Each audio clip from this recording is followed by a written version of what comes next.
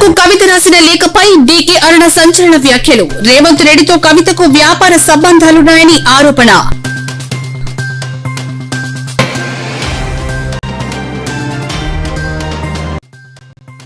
Vizag steel plant లో భారీ అగ్ని ప్రమాదం. ఆయిల్ లీకేజీ వల్లే ప్రమాదం జరిగిందని ప్రాథమిక నిర్ధారణ.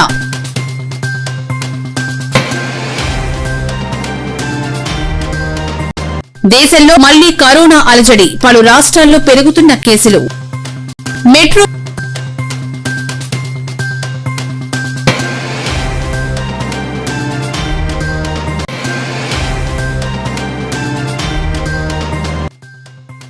ప్రయాణికులకు గుడ్ న్యూస్. 7 తగ్గింపు టికెట్ ధరలు విడుదల చేసిన మెట్రో ఎల్&టీ సంస్థ.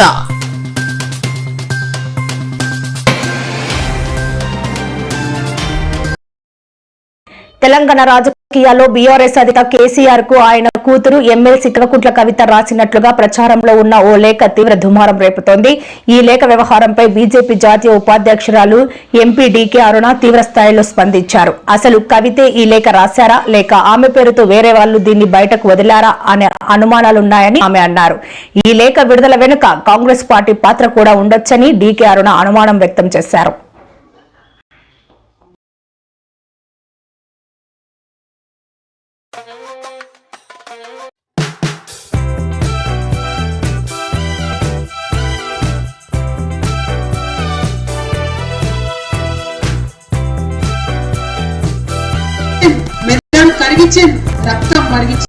రక్తం మరిచింది. ఒక్కొక్క ఆలోచన వెనుక కాళేశ్వరం ప్రాజెక్టు కట్టాలంటే తనే ఇంజనీర్ అయింది, తనే కొలతలు కొలిసి నెలల తరబడి నేను చూసిన ఆ కంప్యూటర్ ముంగట పెట్టుకొని అసలు ఎక్కడి నుంచి నీళ్లు ఎటొస్తాయి, ఎక్కడ నీళ్లుంటాయి, సంవత్సరం పొడుగున నీళ్లుండేది ఏ ప్రాంతం అని గుర్తుపట్టి చెప్పి కట్టించిందే కేసీఆర్ గారు. కావాలన్నా ఆమె తండ్రితో మాట్లాడచ్చు. లేఖ రాయాల్సినటువంటి అవసరం ఏమొచ్చింది? తండ్రి కూతుళ్ళ మధ్యలో ఉన్నటువంటి డిఫరెన్సెస్ ఏమి, అన్న చెల్లెళ్ళ మధ్యలో ఉన్నటువంటి డిఫరెన్సెస్ ఏమి, వాళ్ళ కుటుంబంలో ఉన్నటువంటి డిఫరెన్సెస్ ఏమి, లేఖ ద్వారా తలపాల్సినటువంటి అవసరం ఏమొచ్చింది? ఉద్దేశపూర్వకంగా రాజకీయాల కోసమే ఈ లేఖను రాసిందా? అసలు ఆమె రాసిన లేఖనా కాదా, లేక ఇంకెవరన్నా విధమైన రాజకీయమైనటువంటి ఎత్తుగడ చేసిండ్రా? ఇప్పటిదాకా వాళ్ళ నుంచి ఏం రెస్పాన్స్ వచ్చినట్లేదు. లేక రాసినని కానీ రాయలేదని కానీ, అది నాది అవునని కానీ నాది కాదని కానీ, ఎక్కడ కూడా నిన్నటి నుంచి తిరుగుతాం చక్కలు కొడతా ఉంది కానీ మరి ఎక్కడ నుంచి వచ్చినట్లేదు. బట్ దీన్ని బట్టి చూస్తే అసలు ఆ లేఖలో అసలు ఉద్దేశం ఏంది, లేఖ రాయడంలో ఉద్దేశం ఏంది? తండ్రిని కలవలేనటువంటి తండ్రి కలవనిస్తలేడా, తండ్రి ఆమెను రాణిస్తలేడా, ఎందుకోసం లేఖ రాసింది? వాళ్ళ కుటుంబం మధ్యలో ఉన్నటువంటి తగాదాల ఈ లేఖకి ఏమన్నా కారణమా? డైరెక్ట్గా కూర్చొని డిస్కషన్ చేసుకోవచ్చు. తండ్రి కూతుళ్ళు లేఖలో ఇవన్నీ ఎక్స్ప్రెస్ చేయాల్సినటువంటి అవసరం లేదు. ఇది కేవలం ఒక పొలిటికల్గా ఏదో బీఆర్ఎస్ పార్టీ ఈరోజు ప్రజల లోపల రోజు రోజుకు డౌన్ అయిపోతుంది కాబట్టి భారతీయ జనతా పార్టీ తెలంగాణలో ఈరోజు అందరూ కూడా భారతీయ జనతా పార్టీ వైపు ఆల్టర్నేటివ్ ఓన్లీ బీజేపీ అనేటటువంటి చూస్తున్నారు కాబట్టి కాంగ్రెస్ బీఆర్ఎస్ కలిసి చేసినట్టు ఎత్తుగడ కూడా కావచ్చు. ఇది గతంలో ఇట్లాంటి ఎత్తుగడనే చేసిండు వాళ్ళు. ఎన్నికల ముందు బీఆర్ఎస్ బీజేపీ ఒకటి అనేటటువంటి ప్రచారంతోన కాంగ్రెస్ పార్టీ పెద్ద ఎత్తున ప్రజల లోపల ఆ యొక్క మెసేజ్ని పెద్ద ఎత్తున జొప్పించింది. ఇప్పుడు కూడా ప్రధానంగా బీజేపీ బీఆర్ఎస్ ఒక్కటే అనే ప్రచారం జరుగుతుంది కొన్నాళ్ళ నుంచి. కానీ ఇప్పుడు కవిత లేఖ రాసిన తర్వాత ఆ రెండు కేసీఆర్ కావచ్చు, ఇటు కేంద్రంలో మోడీ కావచ్చు, మధ్యలో ఒప్పందం ఉంది అనేది ఒక బలం అయితే చేకూరుస్తున్నటువంటి అంశం ఉంది. అది దానిపైన కూడా బలంగా చర్చ జరుగుతుంది. కాంగ్రెస్ బీఆర్ఎస్ కలిసి ఎత్తుగడ చేసి ఉండొచ్చు. బీజేపీని వీకెండ్ చేయాలి, తెలంగాణలో అడ్డుకునే పరిస్థితి లేదు బీజేపీ పార్టీని. తెలంగాణలో బీజేపీ పార్టీ చాలా వేగంగా ప్రజల్లోకి వెళ్ళిపోతుంది కాబట్టి ఎట్లనైనా బీజేపీని నిలువరించాలి అంటే, ఆపాలనంటే ఏదో రకమైనటువంటి డ్రామా చేయాలి. ఈ డ్రామాలో కాంగ్రెస్ పార్టీ వీళ్ళంతా కలిసి కూడా ఇటువంటి లేఖ ఇట్లాంటి డ్రామాలకు ఇది కొత్త ఏం కాదు. భారతీయ జనతా పార్టీని ఎప్పటికప్పుడు అడ్డుకోవడానికి కాంగ్రెస్ పార్టీ చేసినటువంటి ప్రయత్నాలు, బీఆర్ఎస్ పార్టీ చేసిన ప్రయత్నాలు ఇవేం కొత్త కాదు. ఈ లేఖ ద్వారా కూడా ఒక డ్రామా ఆడిండొచ్చు వాళ్ళు.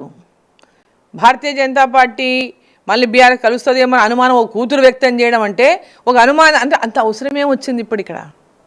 అంటే వాళ్ళ లోపల ఆ అవసరం ఏమొచ్చింది అంటే రాజకీయం ఎత్తుగడని ఇదంతా కూడా పొలిటికల్గా బీఆర్ఎస్ కాంగ్రెస్ లోపల ఉండి కొంచెం ఎత్తుగడలే ఈ యొక్క లేఖ అని అనుకుంటున్నా. లేఖ రిలీజ్ ఎట్లయింది బయటికి? తండ్రికి లేఖ రాసిన ఆమె తండ్రికి రాసింది, తండ్రి దగ్గరికి లేఖ పోవాలి, మధ్యలోకి బయటికి ఎట్లా వచ్చింది అది?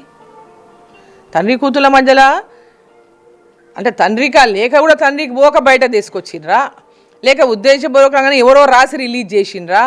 దీని గన్నవరం మాజీ ఎమ్మెల్యే వైసీపీ నేత వల్లభనేని వంశీని పోలీసులు తమ అదుపులోకి తీసుకున్నారు. బాపులపాడు మండలంలో వెలుగు చూసిన నకిలీ ఇళ్ల పట్టాల పంపిణీ కేసుకు సంబంధించి ఆయన్ను విచారించే నిమిత్తం కస్టడీలోకి తీసుకున్నారు. ఈ ఉదయం విజయవాడ సబ్ జైల్లో రిమాండ్ ఖైదీగా ఉన్న వంశీని అదుపులోకి తీసుకుని కంకిపాడు పోలీస్ స్టేషన్ కు తరలించారు. పోలీసుల అభ్యర్థనను పరిగణలోకి తీసుకున్న న్యాయస్థానం 2 రోజుల కస్టడీకి అనుమతి మంజూరు చేసింది. దీంతో అధికారులు ఆయన్ను కంకిపాడు పోలీస్ స్టేషన్ కు తరలించారు.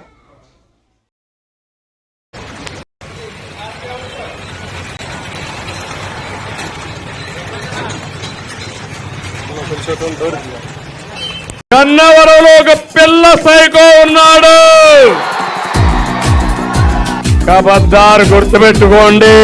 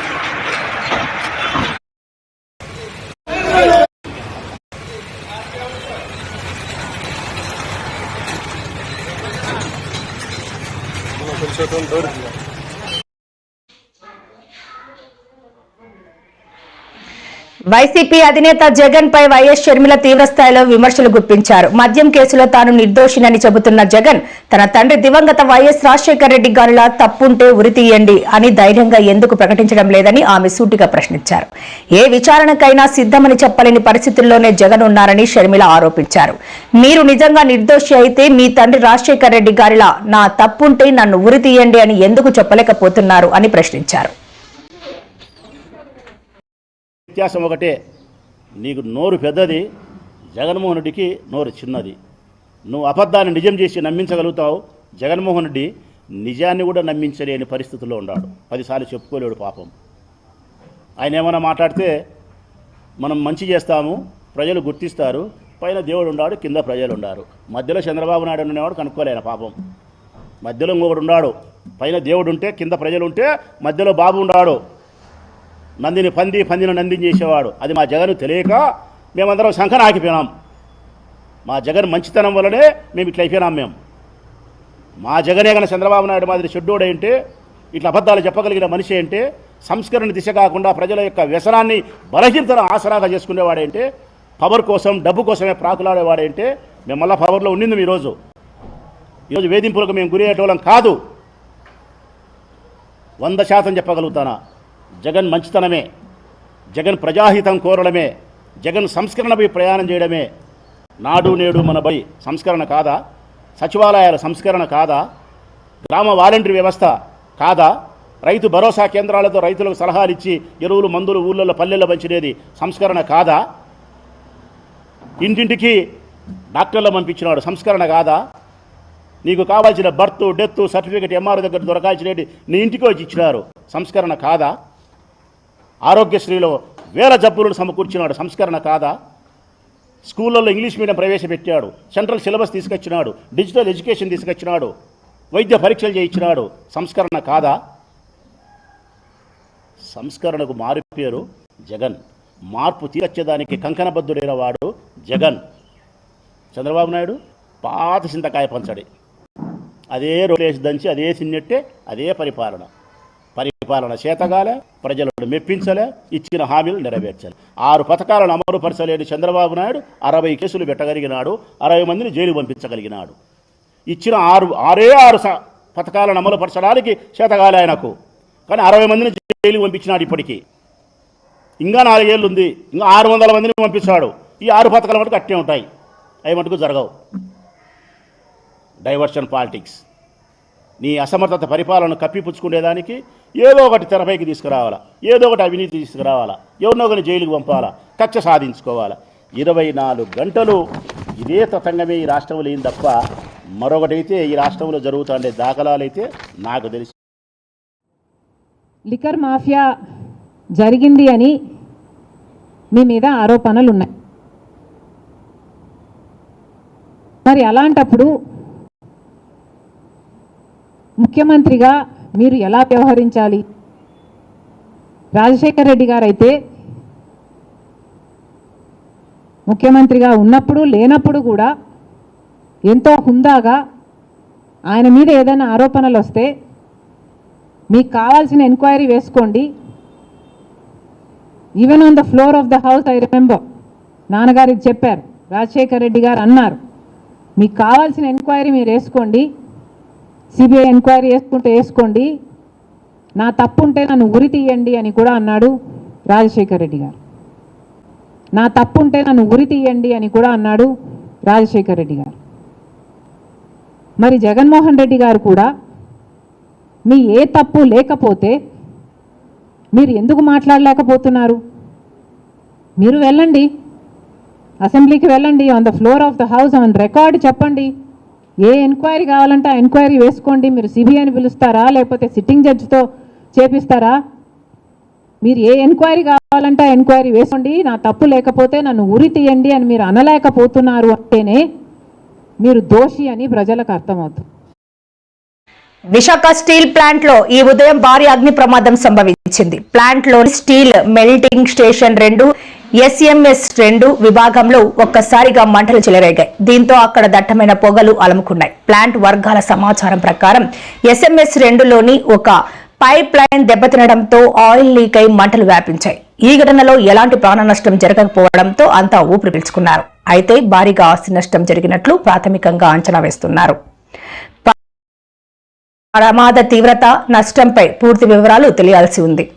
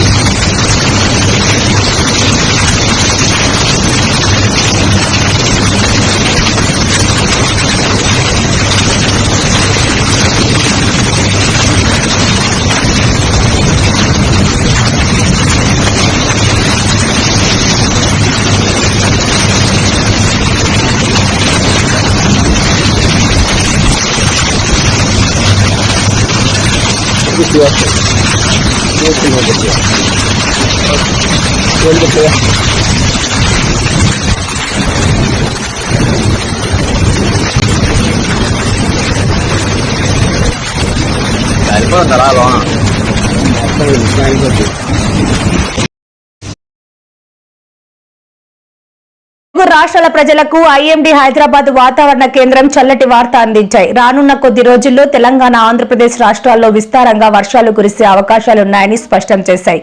అరేబియా సముద్రం, బంగాళాఖాతంలో ఏర్పడుతున్న అల్పపీడనాలు, నైరుతి రుతుపవనాల కదలికలే ఈ వర్షాలకు ప్రధాన కారణమని వాతావరణ శాఖ అధికారులు వెల్లడించారు.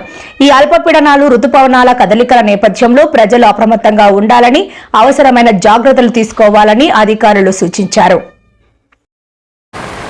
నాకేంటి అసలు ఇంకా 2 నెలలు అయితే మళ్ళీ తుఫాన్ అయిపోయి మొత్తం వర్షాలు చేసి మళ్ళీ జీరోకి వచ్చేది చెప్పి మళ్ళీ వస్తే మళ్ళీ ఫస్ట్ నుంచి ఎవడవుతారా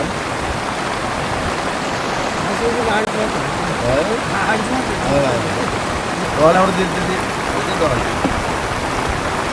ఎవడొచ్చినాడు నువ్వు చేసుకుంటాడు అది ఏం చేద్దాం స్టప్ హోల్డింగ్ అడుగుతారు మీరు స్టప్ హోల్డింగ్ అడుగుతారు మంచి స్పీడ్ స్టప్ హోల్డింగ్ కడతారు కదా ఇంటికి కొత్త ఇంటికి కడతారు ఇంటికి కడతారు స్టప్ హోల్డింగ్ కట్టేసి అలా పే చేసుకుంటారు దానికే 10-15 లక్షలు అవుతుంది 10 రోజులకి 15 రోజులకి 4 రోజులకి ఇంటికి కొట్టేస్తారు కొట్టేసి పెయింట్ వేసేస్తారు.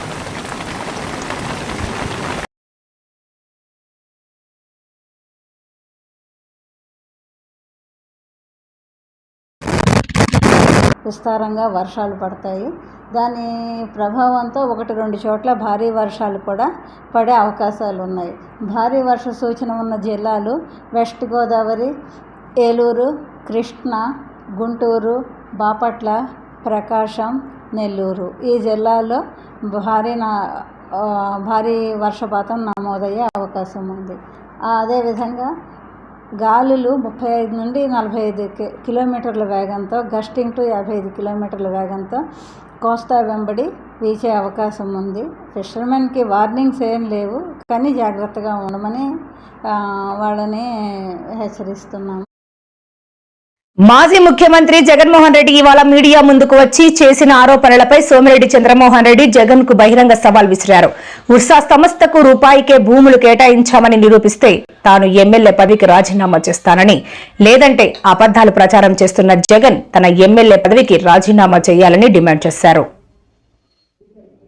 సోమిరెడ్డి చంద్రమోహన్ రెడ్డి మాజీ సీఎంపై తీవ్ర స్థాయిలో విరుచుకుపడ్డారు.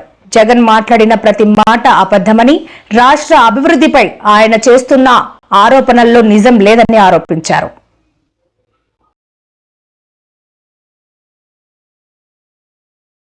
టీపీకి కార్యకర్తే నెంబర్ 1గా ఉంటాడని మాత్రం ఖచ్చితంగా చెప్తాను. ప్రతి కార్యకర్తకు నేను ఒకటే చెప్తా ఉన్నా, ఎవడెవడైతే మీకు అన్యాయం చేశాడో పర్వాలా, అన్యాయం చేయండి, చేయించుకుంటాం, టైం మీది, కానియండి, కొట్టండి అని చెప్పండి. ఆడు ఎవడు ఏం చేస్తా ఉన్నాడో పేరు రాసుకోండి. రెడ్ బుక్ అని నేను చెప్పను, కానీ పేరైతే రాసుకోండి. మీరు ఏ బుక్లో రాసుకున్నా పర్వాలా. రెడ్ బుక్ అని నేను చెప్పను, కానీ పేరైతే రాసుకోండి. మీరు ఏ బుక్లో రాసుకున్నా పర్వాలా. పేరైతే మీరు రాసుకోండి. దాని తర్వాత మాత్రం అన్యాయం చేసినోనికి సినిమా మాత్రం మనం చూపిస్తామని చెప్తాను. ఆ మనిషి రిటైర్డ్ అయి ఉన్నా కూడా లాక్కొని వస్తా. ఆ మనిషి దేశం విడిచిపెట్టిపోయినా లాక్కొని వస్తా. ఎవరిని వదిలిపెట్టేది ఉండదు. ఒక్కొక్కడికి మాత్రం సినిమా మాత్రం ఎలా చూపించానో అలా చూపిస్తామని మాత్రం చెప్తాను. 56 ఎకరాల 36 సెంట్లు, ఎకరా 50 లక్షలు. 56 ఎకరాల 36 సెంట్లు, ఎకరా 50 లక్షలు ఉర్సాకి ఇచ్చింది. ఒక్క పని చేస్తాం, తమరు ఎమ్మెల్యే, నేను ఎమ్మెల్యే. తమరు ఎల్హంక్లో విశ్రాంతి తీసుకుంటూ అప్పుడప్పుడు వచ్చి ఇటువంటి సొల్లు కబుర్లు చెప్పిపోతారు. ప్రజలు నమ్మించేదానికి మోసం చేస్తారు. మీరు చేసిన విధ్వంసం ఇప్పటికే మర్చిపోలేకపోతున్నారు.